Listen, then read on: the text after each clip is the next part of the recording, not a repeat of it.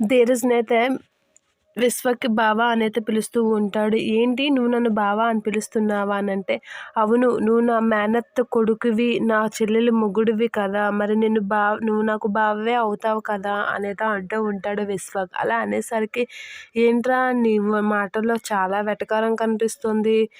నీ వెటకారం ఏకం నీ మాటల్లోనే బయటకొస్తుంది" అనేదో అంటూ ఉంటాడు ధీరజ్.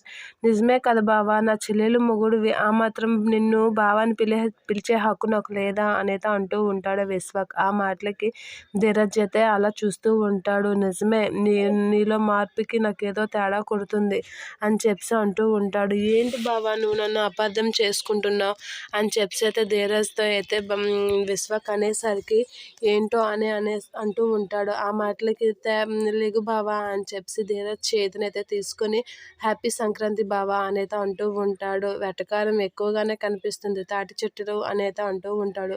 తాటి చెట్టు గడేంటి ఎంత మారాడు అనేది అనుకుంటూ వాళ్ళ ఫ్రెండ్‌కైతే ఫోన్ చేసుకుంటూ మాట్లాడుతూ ఉంటాడు ధీరజ్.